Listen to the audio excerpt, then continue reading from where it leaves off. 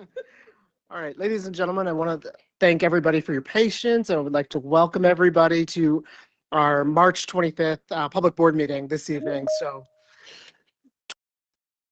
So much energy. I appreciate that. It's an honor and a pleasure to be here with all of you guys tonight, and we'd like to welcome all of our families and our communities who are here with us in person, as well as those folks who are joining us online. I'd like to remind folks who are joining us virtually that if you haven't done so, please mute your phone. And anybody who doesn't mute their phone could be muted by the call moderator or removed from the call. Additionally, if we have got a little echo. It's all right.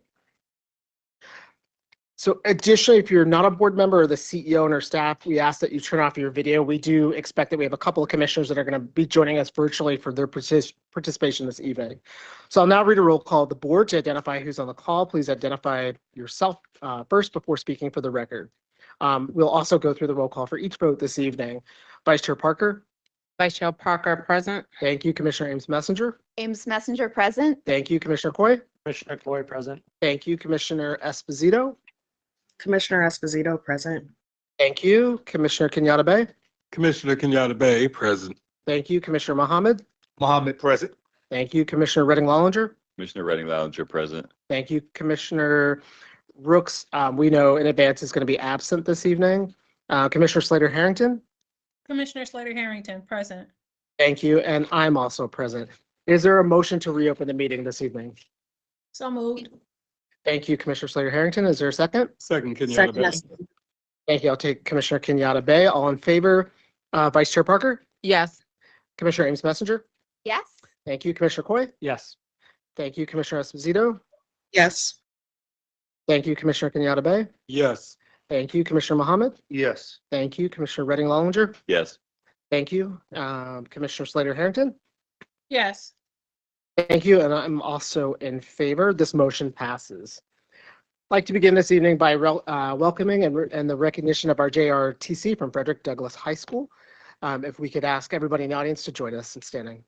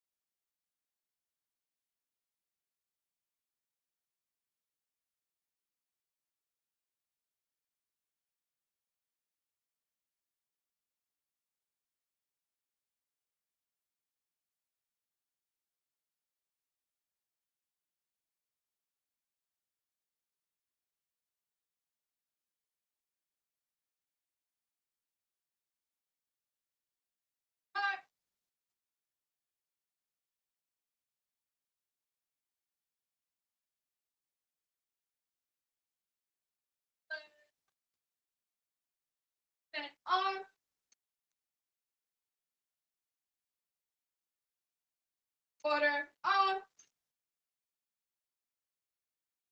Colors post.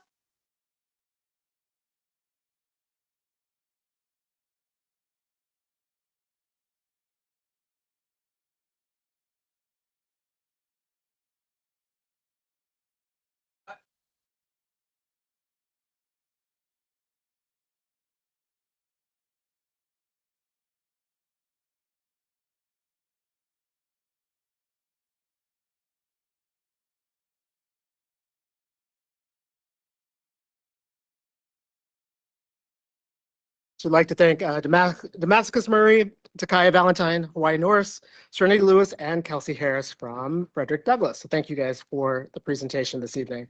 I'd like to now turn it over to Commissioner Ames Messenger for our moment of silence.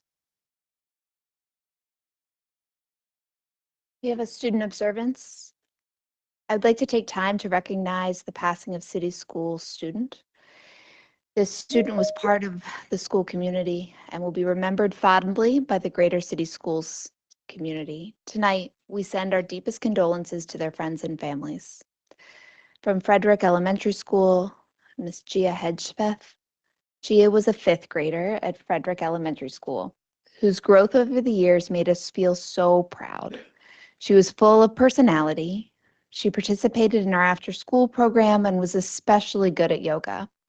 More recently, she developed a love for gardening and joined the gardening team. She absolutely loved hugs and got them quite often from her peers and staff members. Gia will be truly missed by the Frederick Elementary School family.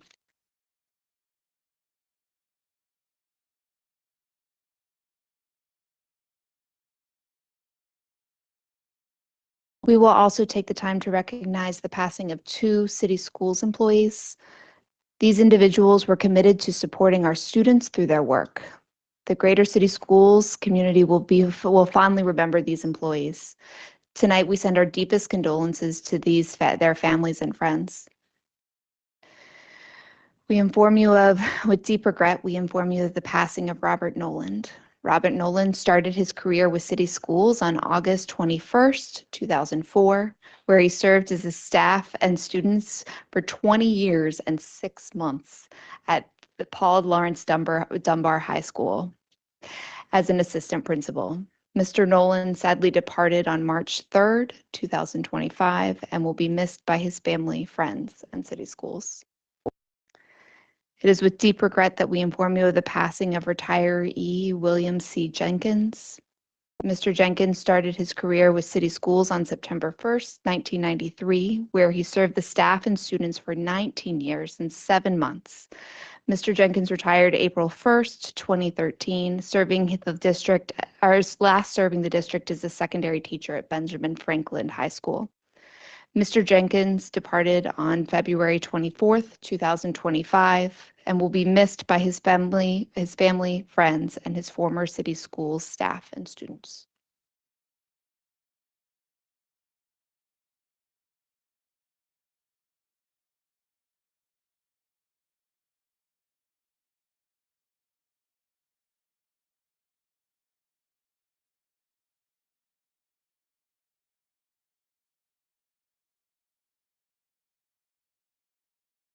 Thank you, Commissioner Ames Messenger, for lifting that up. It's really important to remember those who have really contributed to the vitality of our community inside of our schools, inside of our buildings, inside of our community as a whole. So thank you for lifting that this evening.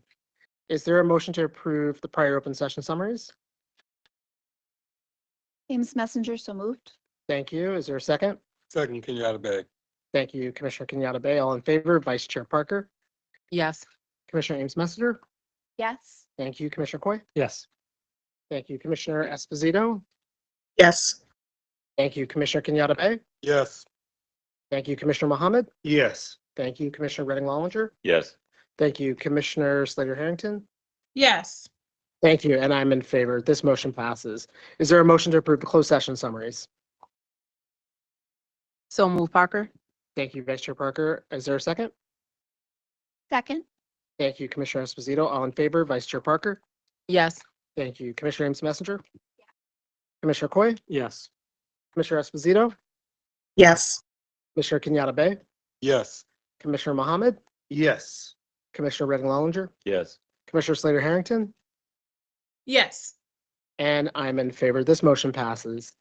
Once again, I'd like to thank everybody for joining us tonight for our March 25th board meeting, and I want to thank everybody who's joining us virtually. As you know, March is Women's History Month, and throughout the district, our women and young ladies have celebrated the many contributions made to our society. Earlier this month, Dickey Hill Elementary Middle School hosted the second annual Women's Day Tea Party. The Tea Party inspired our young female students, connecting them with accomplished women from our community, like Baltimore City police officers, realtors, culinary businesses, and more. We'd like to shout out to Principal Clark for another successful Tea Party, and thank you for your continued support of our young people. Thank you. To see what's happening more broadly around the district, to celebrate Women's History Month, we invite all of our stakeholders to visit the district's X, Instagram, and Facebook pages. Next, the board and the Mayor's Office of Children and Family Success will be hosting our virtual information session to help school board applicants and the public learn about the role of a commissioner. We invite everybody to join us to hear testimony from current commissioners and to ask questions about the board's work and learn more about the process. The virtual information session will be held on Thursday, April 3rd from 5:30 to 6:30 p.m. More information on the session is forthcoming and will be posted on our website. Finally, I would like to focus my time on exceptional Baltimore City scholars across the district. Our Scholar Superstar is a special segment during the public board meeting where we take the time to celebrate students and staff who have been handpicked for their achievements in academics, extracurricular, and their impact within their school community. Last time we honored 2 extraordinary students, one from Liberty Elementary and the second from City Neighbors High School. You can learn more about them on the City School Scholars webpage. This month, we have 2 new awardees from 2 different schools. Our first winner is Alana Farah. Alana is an 8th grader from Baltimore International Academy, which is located in Northeast Baltimore City. Alana is a dedicated and creative student who uses her love for art and the French language to express herself and advocate for social injustices. Recently, Alana won Mayor Scott's Black History Month contest and exhibition for the middle school category, the Maryland Foreign Language Association's 2024 Visual Art Contest, and placed in the first National French Creative Writing Contest 2 years in a row. Although Alana is very accomplished for such a young age, she remains humble, being a role model to younger students at BIA and supporting her peers on class assignments. To learn more about Alana and personally congratulate her on her accomplishment, the communications office visited Alana at the Baltimore International Academy to capture this amazing video.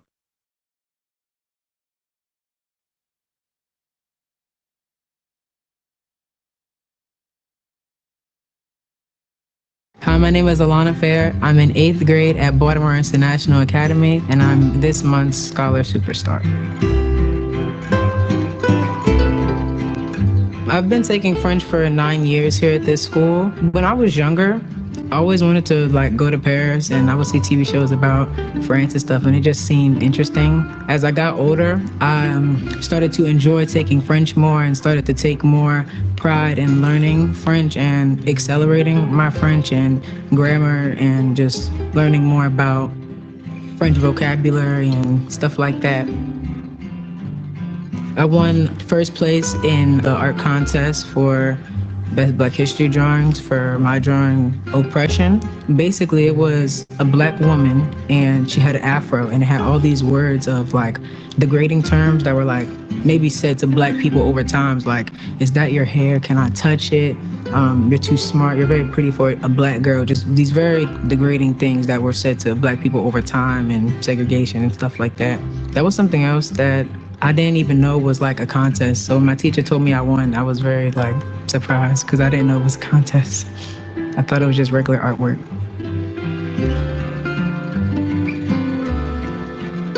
If I had to describe myself in 3 words, I'd say smart, mature, and talkative. I like new experiences and embracing new things, so I'm kind of excited for change. I'm not ready to graduate. I'm gonna miss this school and the teachers and the people, but I'm excited for new comings. In high school, I kind of do want to take an art class because I still do want to continue art. Definitely French. I know now I'm taking AP French, so I hope that in high school I can continue to do that and it's still advanced.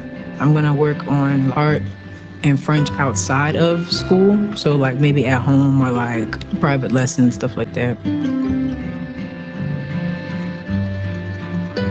Bonjour, je m'appelle Alana Fair. Je donne le 8e année au Baltimore International Academy et je suis le superstar pour 7 mois.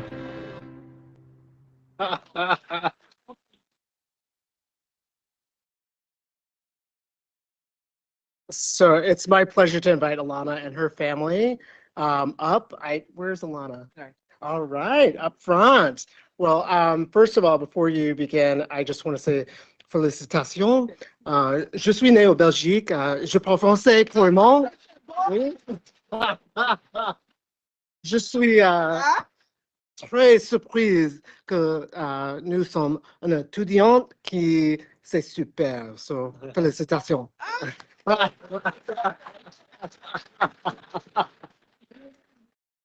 was just congratulating Alana and letting her know that I was born in Belgium. My parents insisted since I was 4 years old taking French. So I speak French fluently, is what I was sharing with her. And so I'm excited to know of other young people who are pursuing French. And so I wish her the very best in all of her studies, but I'd like to give her and her family the floor for just a few minutes. So come on up.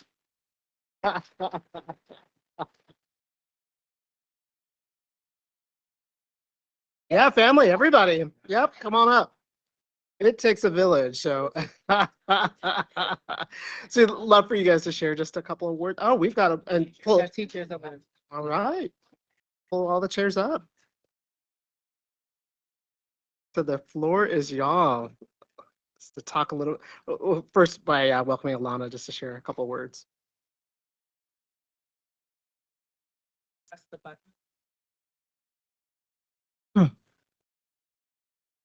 Okay, so I made a little speech. So to say that pretty much summed it up what you read, but okay. It is both an honor to be here today receiving this award and also a reminder of the many people who have helped me and supported me along the way, like my family, parents, my teachers, especially my French teacher, Mr. Nono, who nominated me for this award. I'd also like to thank Baltimore City Schools for choosing me for the Superstar of this month, because this award is not just a reflection of me, it's a reflection of my school, my peers, and Baltimore International Academy as a whole and what we do. Because those are the people in the school who have helped me get where I am today. Because of that, I've won the National French Contest, the National French Writing Contest 2 times in a row, the MFLA Writing Contest, and the Black History Writing Contest. And now this is another award and another reflection of me.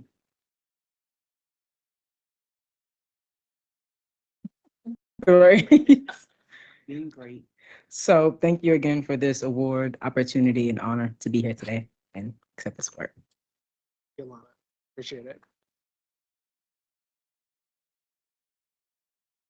And I too, on behalf of myself and her father is on his way home from work. But we're very, very proud of her. We're just excited for the future. She is definitely Black girl excellence at its best, and it started right here in Baltimore City. She started when we first applied for Baltimore International Academy. At first I was saying, I don't know, because the first 3 years is only the language that they're chosen in. It's 5 languages you can choose. It's a lottery system, obviously, you know, and then hers was French was the first one we chose, and that was chosen for her as well.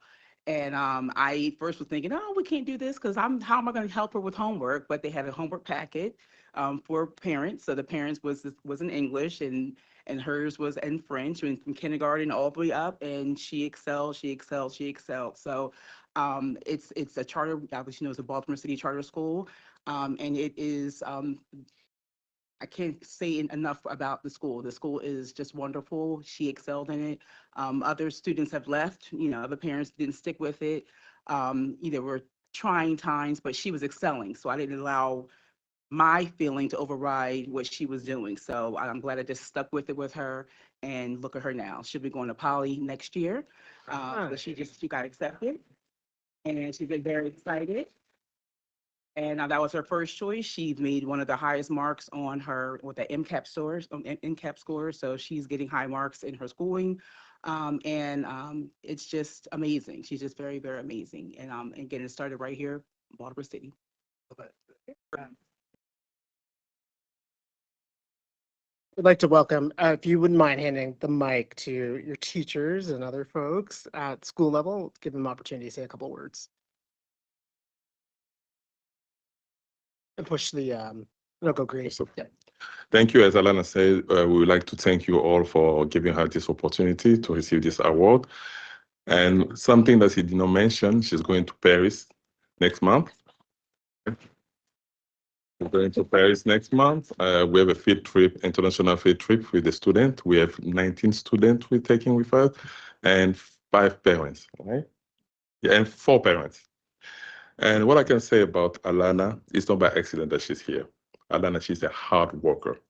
Everything she does, she takes it seriously. And today, I would like to say again, félicitations, Alana. Félicitations, Maman. I'm so proud of you. I'm so proud of my administrator as well. And I'm so proud of you for giving us this opportunity to start this school. Yes. Thank you.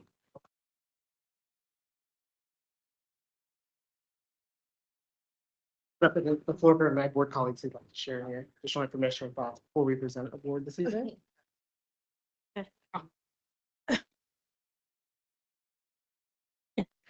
I just want to say thank you to Baltimore City Public School for giving our students this opportunity to shine.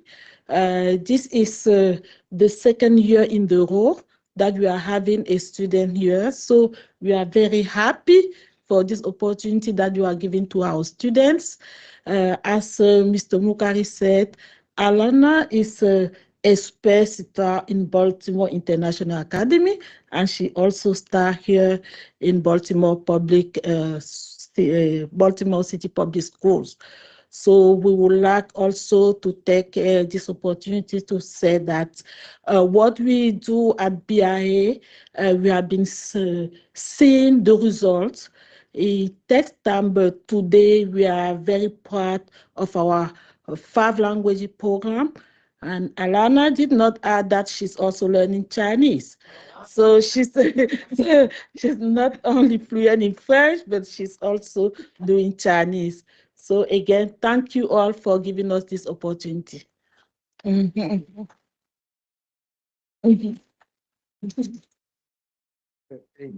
we go ahead and present the award, any additional thoughts from our board? So we'd like to invite the family to come up for a photo opportunity as we present this award to Alana in recognition of pictures, I'm sorry, and teachers, everybody, in recognition of your accomplishments and achievement.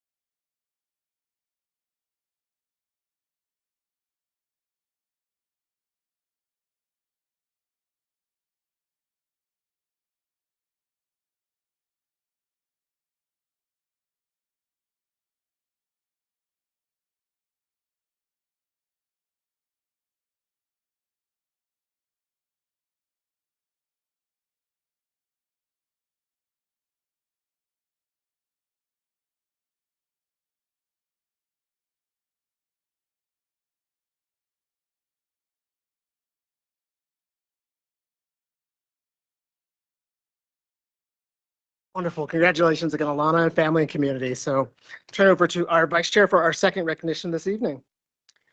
It is my pleasure to introduce our second winner, Marcel Somerville, and I will do the introduction in English today.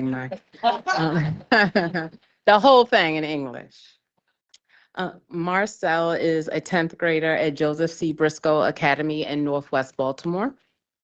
Marcel is a determined and resilient student, inspiring others to try their best and never give up. With the support of his family, teachers, and friends, Marcel continues to show growth in his studies as an athlete on the school's intramural basketball team. To learn more about Marcel and personally congratulate him on his accomplishments, the communications office visited Marcel at Joseph C. Briscoe Academy to capture this amazing video.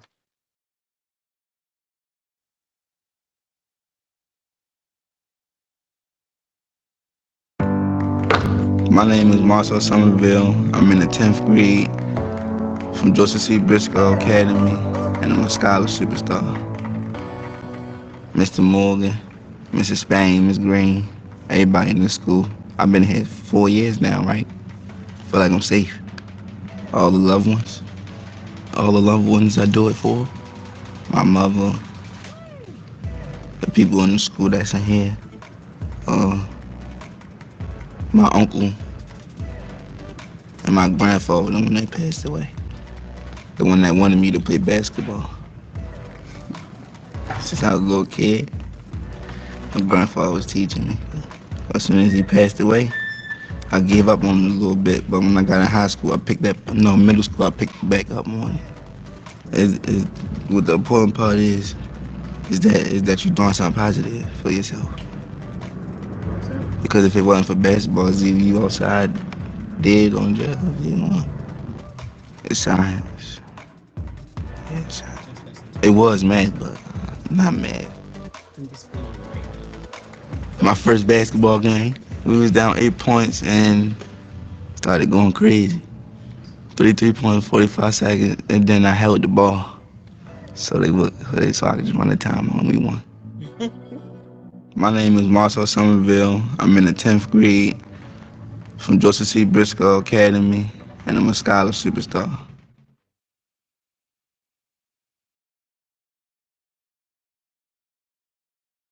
Marcel could not be here today, but his teacher, Miss Green, will accept his award. Can we clap for Marcel while Miss Green is coming?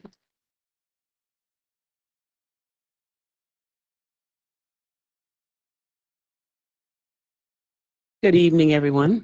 You can see from the video that Marcel is full of energy.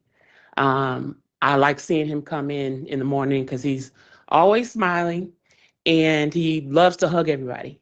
So he's 17 years old, but he's just like a big kid. He's full of emotion.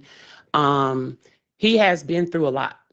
And for him to join us in October of last year and end up making, I know, an A in my English class, and just to excel academically as well as athletically, I'm just happy to meet him. This is my first year in Baltimore City as a teacher. I'm originally from Texas, and it's just a joy to meet these students, especially someone like Marcel.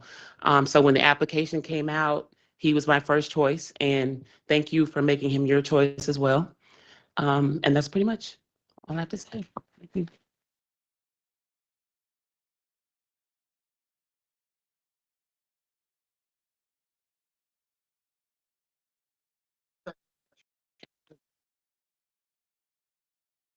Just one comment. Watching the video clip there and thinking about another basketball player this week. I just have to say, I'm from Baltimore. That's why. Presentation. We'd like to, in honor of Marcel, take a picture with you and recognize, it's really important for our community to really honor our really committed and dedicated educators who join us, who choose to join us here in Baltimore City, who choose to educate our young people. We appreciate your time, your commitment, your dedication, your pushing, all of that to ensure our kids have an exceptional education. So thank you, thank you, thank you. So we will honor and mark this occasion for Marcel with a photo, if that is okay with you.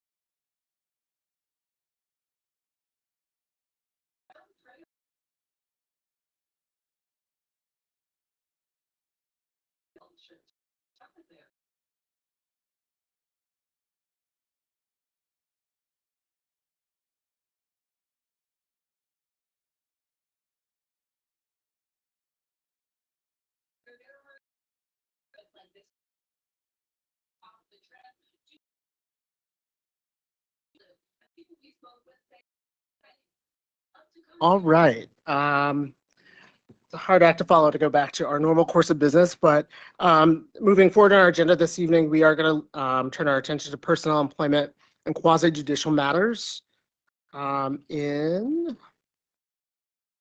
Is there a motion to approve the PEP and quasi-judicial matters this evening? Ames Messenger, so moved. Thank you. Is there a second? Second. Second. I'll take Commissioner Redding Lollinger. Thank you. All in favor, Vice Chair Parker? Yes. Thank you. Commissioner Ames Messenger? Yes. Thank you. Commissioner Coy? Yes. Thank you. Commissioner Esposito? Yes. Thank you. Commissioner Kenyatta Bay? Yes. Thank you. Commissioner Mohammed? Yes. Thank you. Commissioner Redding Lollinger? Yes. Thank you. Commissioner Slater Harrington? Yes. And I'm in favor. This motion passes. I'll now read the consent agenda. Board colleagues, please let me know if you'd like an item removed, and please state your question for staff. Item 6.01, the supplemental appropriation athletic fields plan. Item 6.02, supplemental appropriation for playgrounds. Item 6.03, ADH, community school strategy, tier 1, second reader. Item 13.01, EMS Link LLC. Item 13.02, Carry Sales and Services Incorporated. Item 15.01, Nicholas Contracting Incorporated, elevator replacement at Northeast Middle School.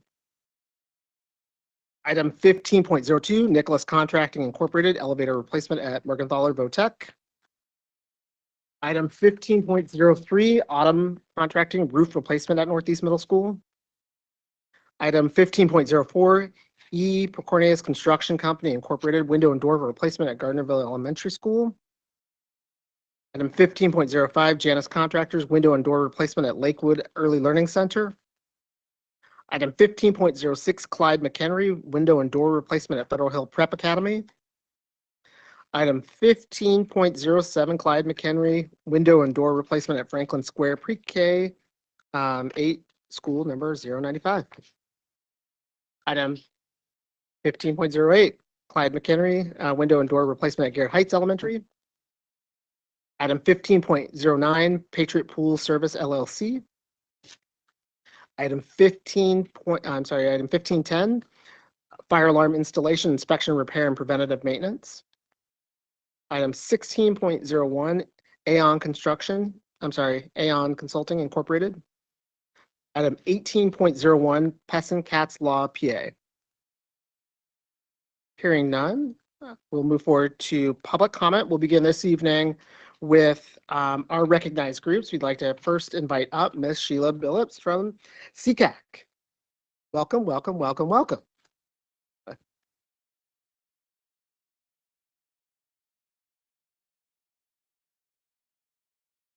Good evening, everyone. Good evening. I am here to clarify the statement that I made last month about, beginning of this month, about the parent survey. I've brought a copy of it. It looks totally different than the Baltimore City. This is from the state. This came out in February and it runs to the end of May. I'm requesting and hoping that every parent that has a child that's receiving specialized services in Baltimore City to fill out the parent involvement survey. It's always been a low turnout, and maybe because all these surveys come out at the same time and the parents not realizing that they're all different. But this one is greatly needed to be filled out. The turnout has always been low, but I'm letting them know now that this is the most important one for the children that's receiving specialized services. I would like for them to fill it out and turn it back into the state. If you have any issues, like I said, you can contact the special education department or meet me here May 12th, and I will make sure that you'll get your survey filled out. May 12th, 3rd floor, room 301, and that's my comment for this evening. I just want to echo, I believe Chief High Hubbard shared that the survey there's 2 surveys, it's deployed.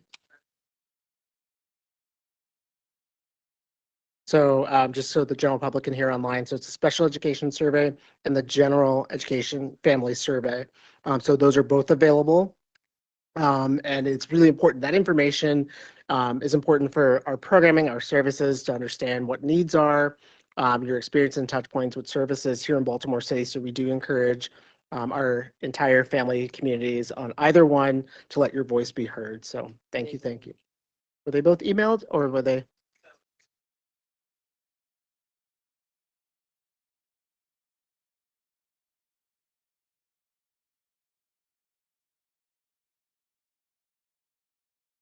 Okay. That's what it looks like. So they are available on our website.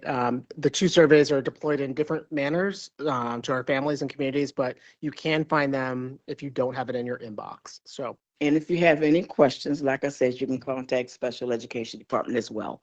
Thank you. thank you so much, Ms. Phillips. We appreciate you. All right, our second public comment this evening is from the Baltimore Teachers Union.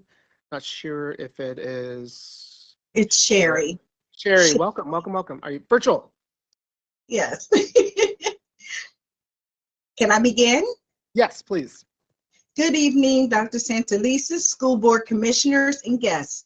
My name is Sherry Brown, and I'm on external assignment with the Baltimore Teachers Union as a PSRP member engagement specialist. I'm here tonight to speak on several topics ranging from working conditions, personnel harassment, and the transfer fare, all of which are intertwined on how BCPSS does not meet the needs of the employees, students, or stakeholders. Let's start with the working conditions. Baltimore City has spent millions of dollars to upgrade and renovate our school buildings. Yet, we have buildings where students still cannot drink from water fountains, elevators that are not being properly inspected, and rodents that continue to be a health and safety hazard and show up so often that they may as well be on the class roster. Heat tickets are being issued and closed out without resolution. I have visited 2 schools where the elevator did not have a current inspection sticker. During my first visit there, the ride was so frightful, I feared that I was going to be stuck in it. During the second visit at the same site, it was actually out of order. This is unacceptable, not only to someone with a mobility disability, but to the staff and students who access is limited. At another site, I understand that there had to be accommodations made by moving a teacher's classroom to the first floor for the staff member because he or she could not access their classroom via the elevator. Members are still commenting on the fact that there are rodents and roach infestations in their building. Unless their usefulness is in science lab, no child or staff member should have to worry about who's going to cross their feet, their desk, or invade their workspace, and who's going to hitch a ride home in their lunch or work bag at the end of the day. We recognize that all students learn and retain when they are in a safe, clean working environment. Anything less is just disrespectful to them, to staff, and to parents. Please don't assume that these occur only in our older buildings. That is not the case. Our 21st century schools, with their many upgrades, still cannot curb the infestation in our classroom. Now, I would like to address the board on personnel harassment, especially how school leaders are handling and treating staff members that are there to help our students. Why aren't bullying reports by administrators taken as seriously as they are when students bully one another? Why do we have to wait until it becomes a grievance before administrative harassment can be investigated?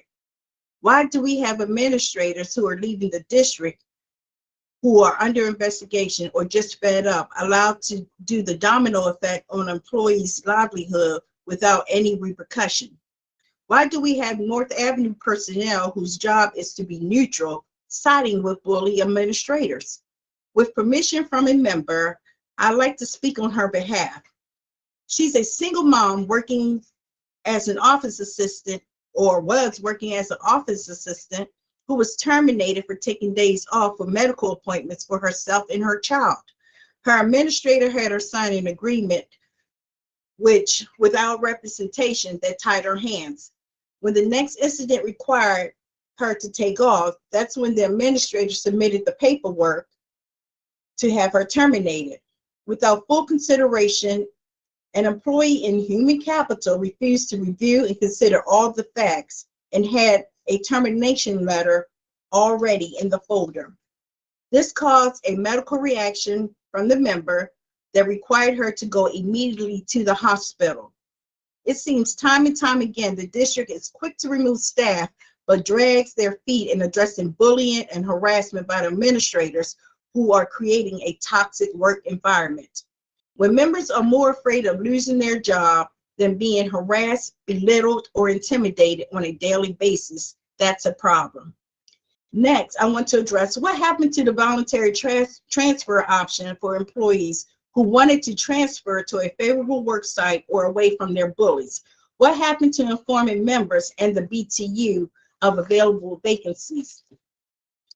The voluntary transfer window opened March the 1st and will close on May the 2nd. I personally have inquired as to where the vacancies are for members to apply. The response has been as soon as the budgets are finalized. This is unacceptable for budget matters to be taking place during the transfer window and then telling those wishing to transfer their application must be submitted by April 18th. Please make it make sense. For a school system that thrives on data, please make it make sense as to why the budget process is drawn out. Please make it make sense as to why administrators who need refresher training and people skills are retained and their victims are let go. Please make it make sense as to why new step increases for the PSRP corrections have been delayed.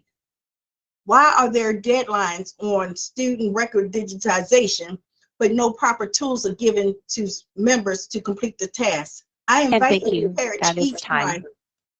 Thank you. Thank you. Thank you so much, Ms. Brown. We appreciate the comments this evening. We would like to next move to the Associate Student Congress for Baltimore City. Zanaya Shah, I believe, is leading off for us tonight.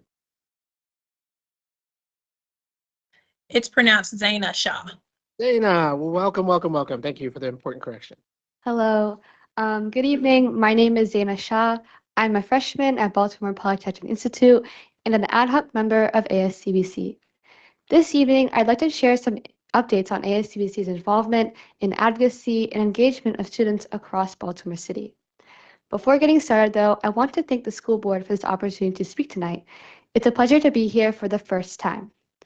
To start things off, members of the Youth Budget Work Group, a group of students who have been working with the City Schools Finance team and engagement team since the fall, were given the opportunity to attend their principal's budget collaborative meetings earlier this month.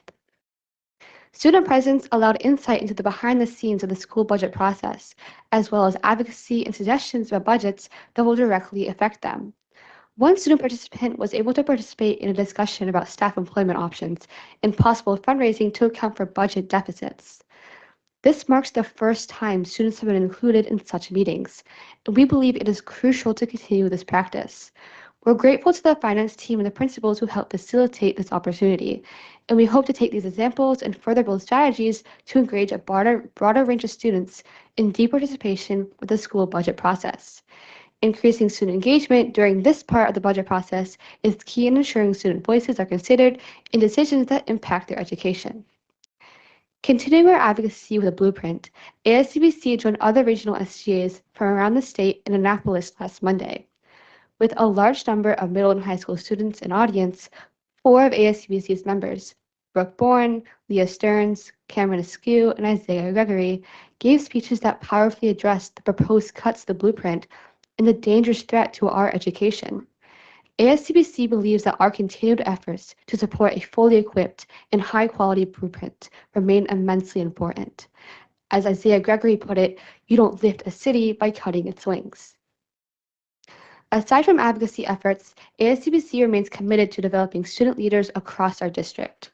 March 11th to 13th was the Maryland Association of Student Council's annual Student Leadership Convention, with the largest delegation of over 150 students and advisors from 24 schools. ASCBC members showcased true leadership and spirit. For many in our delegation, including me, it was our first time attending an MASC event. We participated in student-led workshops, connected with fellow student leaders around the state, and voted for MASC's 2025 to 2026 officers. Engaging with candidates during the campaigns was an impactful experience for many ASCBC members interested in furthering their roles as student leaders. During the awards banquet, Sebastian Harris, a student from Paul Laurence Dunbar High School, was one of 17 students who received the Outstanding Student Leader Award from MASC. Now, I'd like to pass it to my fellow board member to share an upcoming student leadership opportunity. Thank you. Thank you. And Do you know which of your fellow student board members? Ah, welcome. I want to push that one more time and I'll go green. Okay. Good evening, everyone. My name is Saffron Uarden. I am a junior at Digital Harbor High School and the General Assembly Planning Committee Chair for ASCBC. Tonight, I would like to share about the upcoming Spring General Assembly that will take place April 9th, along with Student Commissioner and ASCBC election following shortly after. During the Spring General Assembly, students will have the opportunity to network, engage in peer-led activities, and learn about the upcoming ASCBC election. For the first time since 6th to 12th graders were empowered with the opportunity to vote for their representatives in 2023, ASCBC's election committee has received enough applications to trigger a nomination convention. Of 14 applicants, 4 applied for ASCBC's vice president role. Students attending the General Assembly will have an opportunity to engage with the VP candidates, hear speeches and Q&A, and vote for the candidates who advance to the Student Commissioner and ASCBC election. The Student Commissioner and ASCBC officer election will take place from May 19th to May 22nd. Students have the opportunity to vote for the Student Commissioner, ASCBC President, Vice President, Middle School Executive, Treasurer, Secretary, and the Chair of the Diversity Committee. We appreciate the district's and the board's ongoing support for the ASCBC election and ensuring that the students have access to this opportunity to select their representatives. For most students, this will be their first time experiencing such a democratic process of learning about candidates and casting a vote. So it is important that we make this a widespread and richly engaging experience for all 6 to 12 students, that we equip them in their roles as citizens today and in the future. Overall, I am so proud to announce the amount of quality of student leaders in Baltimore City. You are making our schools and districts a better place to be a student. To the adults across city schools who are enabling that mission, thank you. And to the members of the board, thank you for your support and the opportunity to address you tonight. Thank you so much. Will you remind us when ASCBC General Assembly is next held? It's April 9th. April 9th. All right. And the election takes place the 19th to the 22nd of May, right? Yes. Awesome. The election takes place from May 19th to May 22nd. Awesome. Great. So we really do encourage all of our young people to turn out and vote. The elected offices are really important, and it's a good opportunity to represent your fellow student body across the city. So thank you for joining us. We appreciate it. That concludes our recognized groups. I'd like to turn it over to Dr. Judkins for our general public comment. Oh, I'm so sorry. We do have Carl Perry from Piazza. That is my fault. Virtual. I almost felt slighted, board chair. I apologize. That's okay. That's okay. It's been a while. Greetings, Chair Sally, Vice Chair Parker, honorable board members, and Dr. Santelises. I hope you've been having a very good school year. Welcome to the spring. This time of year is extremely busy, stressful, and exhausting for all leaders. Budgets, staffing changes, observations, student assessments, state reports, monitoring, and the like. This is also a time of uncertainty for some of our members. Annually, the district uses data points to determine, hey, it's time to move principals, and in essence, take them from their school. This year, it appears to have been math. Even though we're changing the curriculum again, even though in some instances where leaders wanted to replace various content teachers, there were a lack of ideal replacements to fill those roles. That happens often.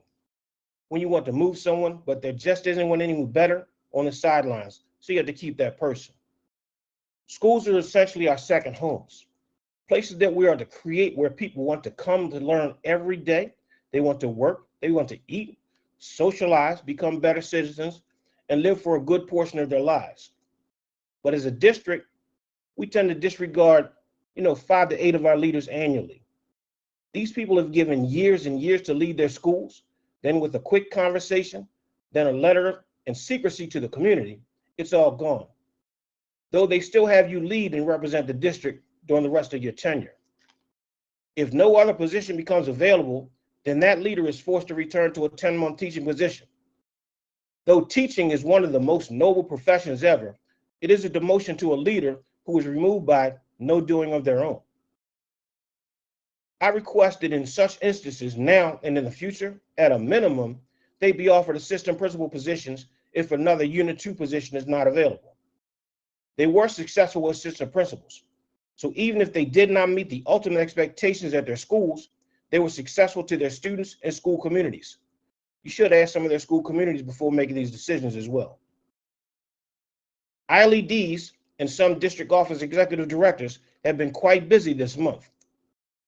I'm not going to go into the allegations of bullying and harassment that the previous presenter shared. What I will say is, aside from delivering demotion news, even from one who has only visited the school roughly 3 times over the past 3 years, quite a few have drafted and assigned performance improvement plans. Though these can be used to support development, these are being used in punitive manners. It can't be to support improvement, especially when presented as being assigned for last year's data. Some are even simply based off documentation folders, Google Drives, and the effective use of calendar systems, not instructionally based. It's March. Last year's data is not a surprise in March.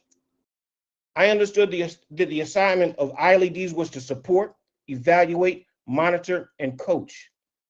What type of actual coaching has been taking place by some if they are just being pushed to draft and implement improvement plans in March, which is one of the busiest times of the year? Observations have to be completed and the arduous task of budgets being finalized. I understand that all schools in theory received increases in allocations this year, but with rising costs, it seems as though almost all schools have experienced cutting staff, both instructional and non-instructional. Class sizes will increase. Supports and interventions will decrease. Academic progress is of course still expected, but with less to ensure improvement. Perhaps next year the number of principals being demoted will double, or perhaps those leaving for other districts will double instead. I understand we have continued to make positive strides as a district. I fear now that we are nearing a cliff and if something does not change, we may fall backwards. I conclude by saying very soon Pizzazz is going to implement its Pizzazz Climate Survey.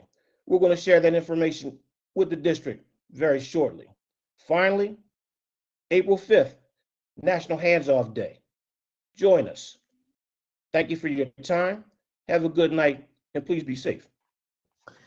Thank you, Mr. Perry. We appreciate your comments this evening, and nice to see you again. Nice to see you as well. I'll now turn over to Dr. Junkins for general public comment. Thank you. To those coming to provide public comment, the board recognizes the importance of receiving public comment on matters of educational interest. Each speaker shall be granted 3 minutes, and speakers may not yield their time to another individual. Official time will be kept, and at the end of 3 minutes, please conclude your remarks. No speaker may use the opportunity to air employee grievances or make complaints on behalf of specific students. Speakers must stay on the agenda topic for which they signed up to speak and may not verbally or personally attack a school system employee or board member. Should speakers stray from this guidance, they will receive a warning to immediately redirect their comments and may have their microphone turned off and comments stricken from the public record. Thank you again for your interest and participation in City Schools education. And we'll now move to our first public comment, which is from Karen Lawrence. Agenda topic is sharing leadership insights learned through tenure at City Schools, commenting live in person. Hello, you have 3 minutes.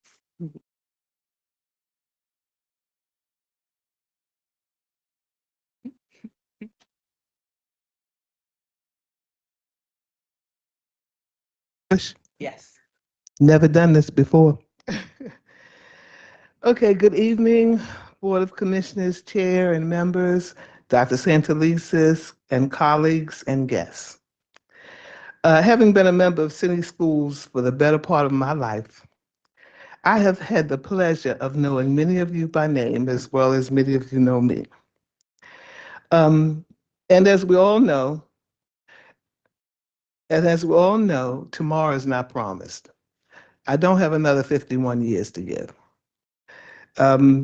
Because of that understanding, at this juncture in my journey, I feel led to share some insights and lessons I've learned from these past 51 years while I'm still around and able to do so. This journey began on January 31st, 1974, as a business education teacher at Green Spring Junior High School.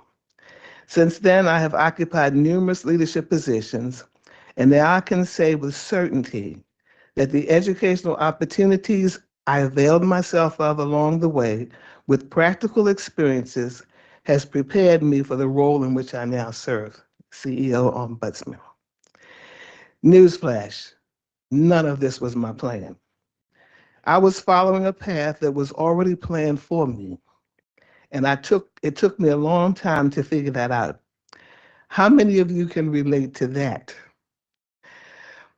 Praise be to God that I have been able to accomplish things I never imagined I could, met and associated with countless amazing people, and have continued to learn and grow through it all. Without the love and support I have received from supervisors, colleagues, staffs I've led, and those I've served, I would not be the person I am today. For that, I'm so grateful. My first piece of advice is for everyone to do what I did. Take an inventory, looking back over your own life experiences, and consider how you got to where you are today and who helped you along the way. Because none of us has done this on our own. We all have had help, seen and unseen.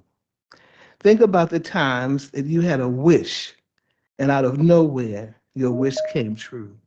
Unseen help. One example for me was when I was principal at Lyndhurst Elementary School. I would walk the halls and wish that I could get the school painted. Specific grants that the entity themselves. Just make sure everybody online has their mic muted. Thank you. I would walk the halls and wish that I could get the school painted. In just a short period of time, painters showed up at the door unannounced and unsolicited. To this day, I don't know where that came from. Unseen help. Think about times you fell on your face, as I did, or dropped the ball, and people overlooked your shortcomings. Think about why they did that. I know the answer. They saw your heart. I learned that when people believe your intentions are good, they overlook your mistakes. If they think your intentions are evil, the opposite is true. Nobody likes a bully. The authority that we have been granted to exercise our duties does not license us to be tyrants. People don't like working for tyrants, and they tend to do the bare minimum. And based on the challenges that we face, we need 100% effort from everyone on the team. Nobody should be made to feel that their role is less important than another person's.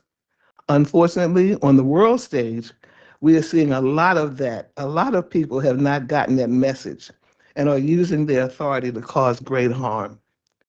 I have been taught that all authority comes from God and is granted to us so that we can uplift, edify, and strengthen others. We are to use that authority we have to make a positive difference in the lives of others. The reward for executing that kind of authority is the gift of loyalty from those we lead and interact with. Someone once told me that people will forgive anything but disloyalty. When I assumed my first administrative role, the advice I got from a very wise man who happened to be my late husband, Reginald Lawrence, was to do the right thing, no matter what, no matter who. Those words continue to be a part of my daily marching orders. I remember a principal I once mentored asked how to be a good principal. My response was, try to be a good person, and you'll be a good principal. I'd also add that leaders must not be afraid to confront wrongdoing, justify it, or ignore it. Great personal harm can come to those we serve if we fail to stand up to wrongdoing of any kind. And when we do stand up, we must do it in a way that is not offensive, because people may miss the point and the lesson. Our goal should be to avoid harm to others as much as humanly possible, as well as grant the others grant to others the grace that we would like to receive if the shoe were on the other foot. As we look at what is going around us, our work as a public school system is more important now than ever before. So many lives and futures depend on our ability and availability to meet their enormous needs. I am reminded of the words of our own Dr. Sonia Santelises from 2016 that I include in all of my professional development presentations. Those words were, "This is about who will live, who will die. This is about who will be able to fulfill all that they are called to do. This work is about building a generation." Thank you. For us to get this right, we have to be right. How we serve each other is just as important as how we serve the community. Customer service is not simply an external exercise, it is an internal one as well. That understanding formed the basis of the establishment of the Cultural Care Committee, of which I have the pleasure of chairing. In short, the committee's vision is a work environment rooted in professional satisfaction and service to the community, where employees at every level see themselves as an integral part of city schools and appreciated for their contributions. It is a grassroots volunteer effort made up of district employees who believe that how we treat each other and how we treat the public are critical components of stakeholder satisfaction and customer service. Can't do one without the other. At some point in the near future, the committee would like to share more about the work we are doing. Thanks for your attention, and I hope this message was received in the spirit in which it was given. Very much the comments, and thank you for your service, your very dedicated service to Baltimore City Public Schools. Thank you, thank you, thank you.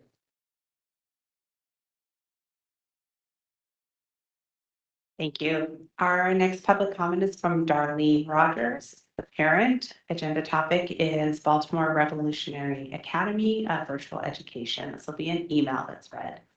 As a parent of a scholar attending the virtual school Brave, I've noticed a declining trend in effective leadership under the stewardship of our current administration. Despite multiple vocal outcries, failed attempts to address crucial issues, it is clear that the needs of the school community, to include students and families, simply aren't being met. Students, educators, and parents alike have been negatively impacted by the lack of positive community engagement, support, and constant developing issues that have been left unresolved. The lack of open dialogue and attentiveness to countless concerns within the school community has placed the future of our children's educational experience in the balance.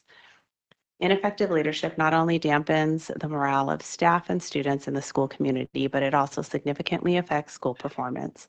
Prior to the merger, the virtual program was once a beacon of inclusive learning and growth, has now been reduced to a shadow of its former self. This trend should no longer continue. The integrity and fabric of the former virtual program has been lost. Many parents are afraid to be transparent with fear of retaliation or mistreatment. Others are limited and forbidden to share out concerns during school community meetings due to everyone being muted during family engagement meetings. During these meetings, the only option families have is to submit questions in the chat and to be told to email administration, in which a resolution is never reached. These meetings were put in place by the district for families and the school community to have the opportunity to work together, share ideas, voice valid concerns, and hopes to work collaboratively with leadership to resolve them. But the continuation of this behavior mimics zero interest in hearing the school community's concerns. As a parent within the school community, I ask you, the school board and commissioners, to hear our concerns and help us find a resolution. There is no other way to express them.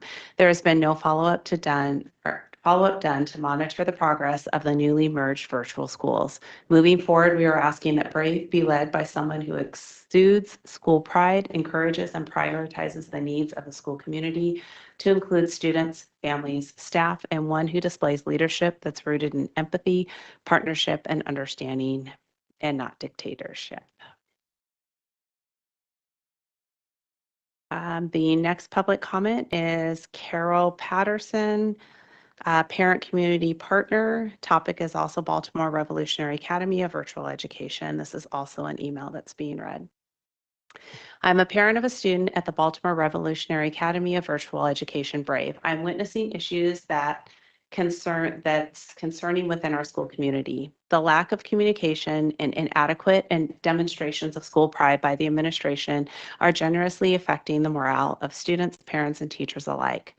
Essential details about school testing, the day-to-day running of the school, who to contact, and general operational information are not being properly communicated. Being uninformed creates a sense of alienation and frustration among parents and myself, who value transparency and community involvement in our children's education. There's been a constant feeling of our way or no way, a feeling that permeates in the atmosphere. Students and families didn't even receive warm greetings from leadership during MISA testing to encourage the kids and welcome families. Only the teachers did so. Some of the kids and parents weren't even aware of the new school name. So unfortunate and just wrong on so many levels. Moreover, the school still lacks a mascot, a core symbol of unity and school spirit. It has been almost 1 year since the merging of the two virtual programs and still nothing. Families were promised the opportunity to vote on the mascot, but it never happened. The importance of a school mascot extends beyond sporting events. It helps build an identity, a sense of belonging for students and staff, promoting pride and boosting morale. A strong sense of school spirit and community can positively affect academic outcomes, increasing both student achievement and overall satisfaction. School leadership should not dismiss these aspects as less important, but instead appreciate their role in setting a positive and inclusive tone for memorable experiences. We must ensure that our children who already face challenges in a virtual learning environment do not also have to combat a lack of enthusiasm and engagement from the school or to be forgotten. Leadership must prioritize creating a supportive, engaging, and inviting environment for all students and families alike. I urge the school board and commissioners to please take the necessary steps forward to help the Brave school community create a conducive learning environment that exemplifies both strong communication practices and school spirit. Let's make our virtual school an institution that not only prioritizes education, but also values its community and school spirit. Brave deserves a leader who prioritizes the school community and be willing to work collaboratively with all stakeholders and community partners. Thank you. And that is our last public comment. Excellent. Thank you so much. I really appreciate that. And before we move forward this evening, I'd like to take a moment to acknowledge that we are joined by Governor Moore's Secretary of Appointment, Tisha Edwards. I appreciate her joining us this evening. She also previously served as the interim CEO of Baltimore City Public Schools. Welcome, and we thank you for joining us this evening. Based upon the consent agenda, based upon public comments, are there any additional items any board members would like to pull from the consent agenda? Hearing none. Is there a motion to approve the remaining consent agenda? So moved. Kenyatta Bay. Thank you, Commissioner Kenyatta Bay. Is there a second? Second, Ames Messenger. Thank you, Commissioner Ames Messenger. All in favor, Vice Chair Parker? Yes. Commissioner Ames Messenger? Yes. Commissioner Coy? Yes. Commissioner Esposito is absent for the remainder of the evening. Commissioner Kenyatta Bay? Yes. Thank you, Commissioner Mohammed? Yes. Thank you, Commissioner Redding Lollinger? Yes. Thank you, Commissioner Slater Harrington? Yes. Thank you, and I'm also in favor. This motion passes. I'd now like to turn it over to Dr. Santelises for CEO comments. Great, thank you, Chair. Good evening, everyone. And we're going to begin by inviting Chief Nielsen for this evening's PEP agenda.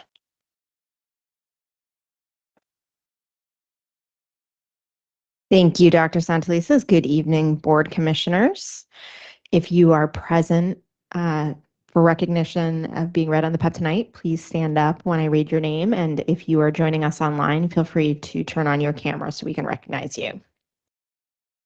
From the Office of the Chief Academic Officer, appointments. Recommended that Latoya Lewis, currently principal at Lois T. Murray Elementary Middle, be appointed Director Academic Support and Strategy effective June 28th, 2025.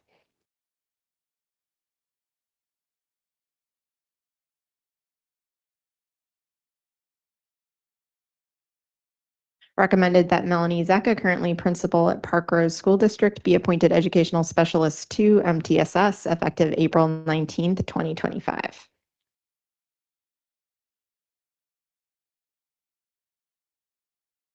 Recommended that Lita Zlatic, currently assistant principal at Fort Worthington Elementary, be appointed educational specialist 2, gifted and advanced learning, effective May 31st, 2025.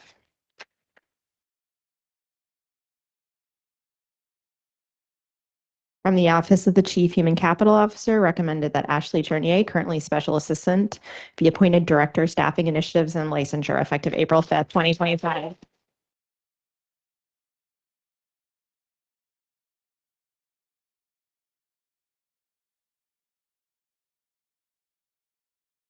From the Office of the Chief of Schools, recommended that Tracy Carter, currently Director Operator Support, be appointed Executive Director Operator Support.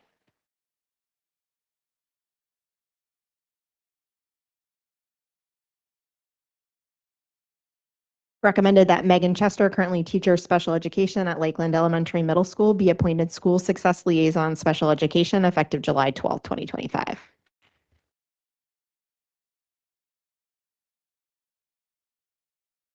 And recommended that Jacqueline Muldrow, currently Educational Specialist 2 Transportation, be appointed School Success Liaison Special Education, effective April 5th, 2025.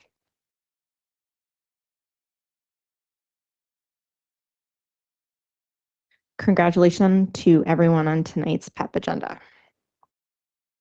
Thank you, Chief Nielsen. And again, congratulations to everyone. And just as a reminder, we like babies here. So you are just fine. You are just fine.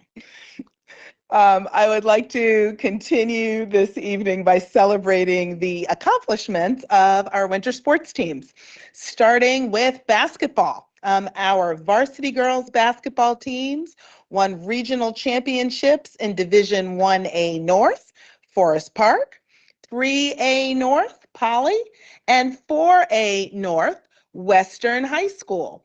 And the Poly girls team went on to win the city championship.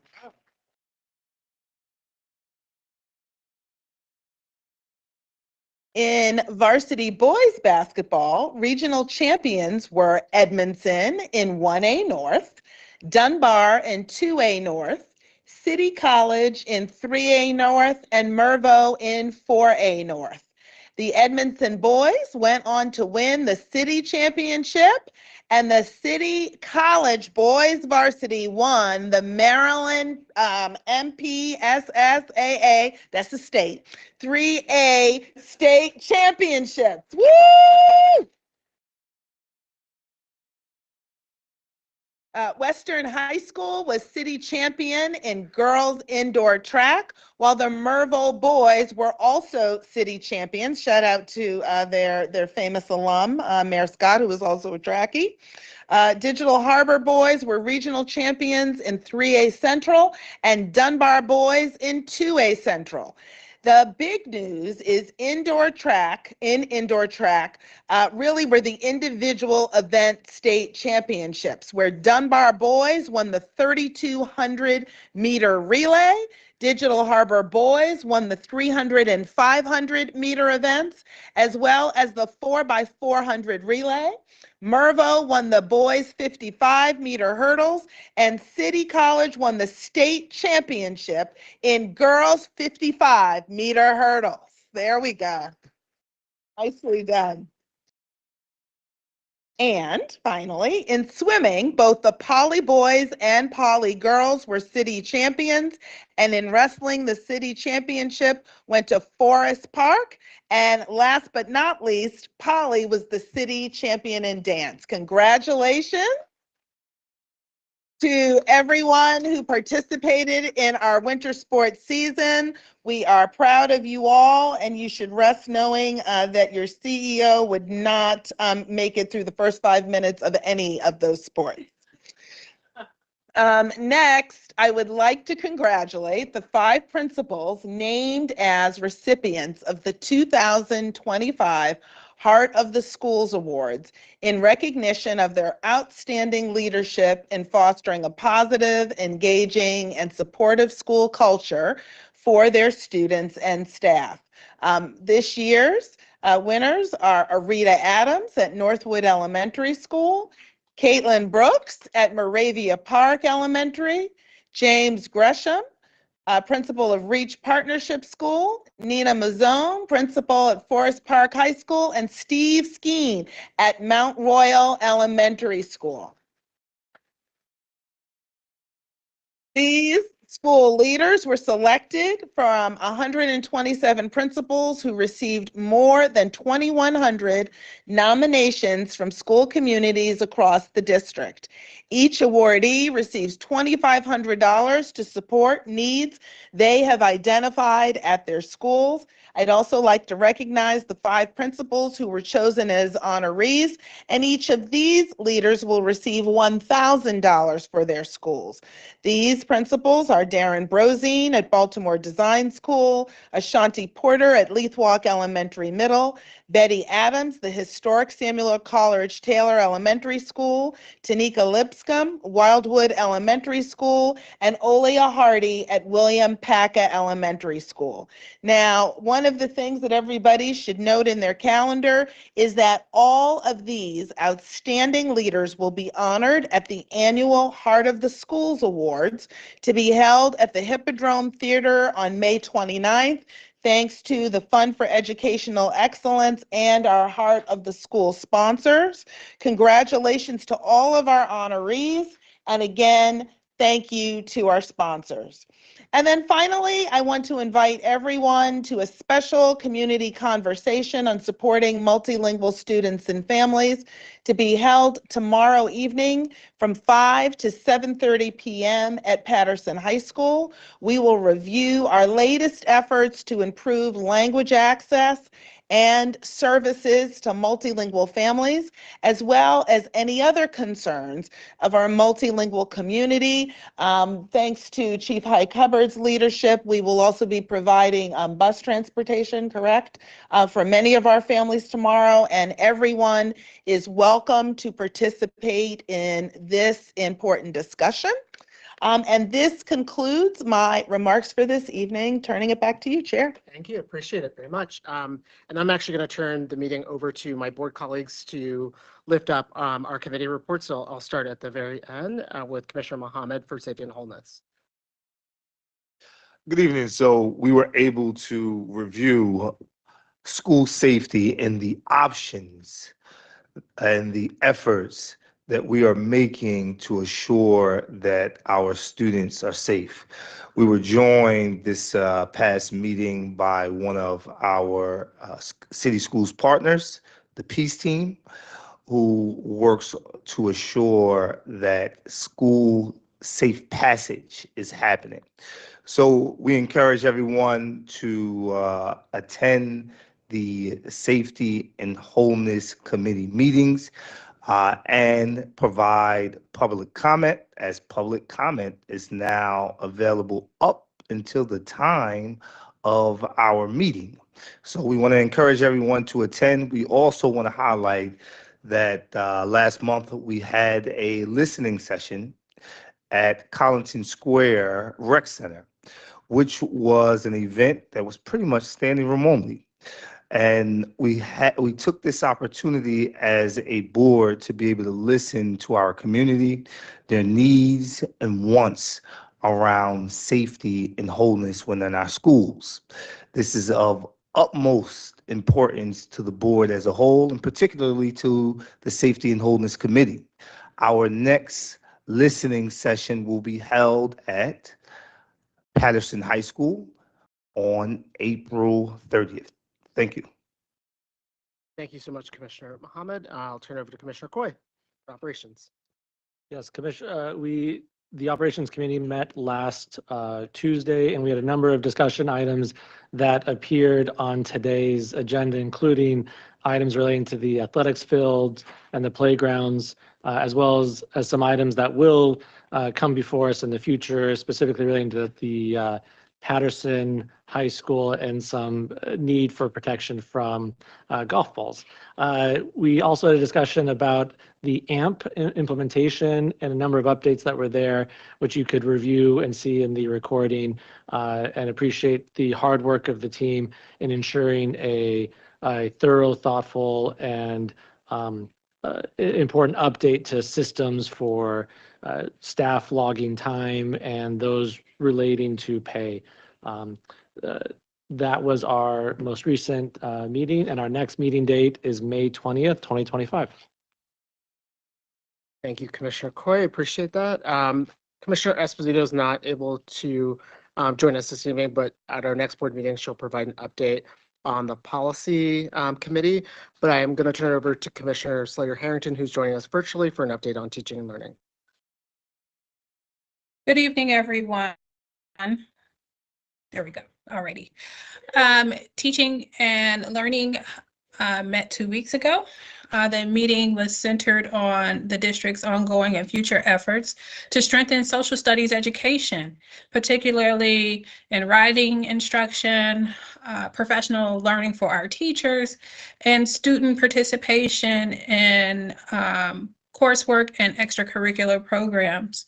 We look forward to seeing the district's work to expand access to advanced social studies courses, increase engagement in programs such as National History Day. I know my daughter and her friends love National History, or NHD as they call it, and strengthening writing instruction and the, how do you say, cross-curricular impact of writing for social studies and the improvement of literacy. So our next meeting is April 1st, and we're looking forward to public engagement. So please sign up to deliver a public comment and come see the Teaching and Learning Committee. We are talking about the best things that are happening in the district with regard to instruction and how we advance our board goals around literacy, graduation rates, and math. Thank you. Thank you so much. They're very important. Really appreciate that. In addition to teaching and learning, coming up on April 1st, our next public board meeting is going to be held on the 8th. I do really encourage our public to join us. We will be talking about the school year 25-26 budget. The presentation will be robust and engaging, and encourage everybody to provide public comment. Commissioner Mohammed, remind us one more time when the next Safety and Wholeness is meeting. The listening sessions are coming up, correct? So the next Safety and Wholeness meeting will be held on the 17th of April. We're looking forward again to participation. It will, Dr. Junkins. Spring break. We're going to be enjoying spring break. So we're not doing that. So Dr. Junkins, can you help us out with our, okay, there we go, May 22nd. So I'm sure with so much time, we're going to be able to encourage quite a few people to enjoy. And we look forward to being able to highlight another community partner. And if I can, as I have the mic, I want to take the time to be able to recognize that this is National Social Work Month. And I want to give praise and give a shout out to all of our social workers across the district for your sacrifice and pouring into our young people and their families every day. Thank you.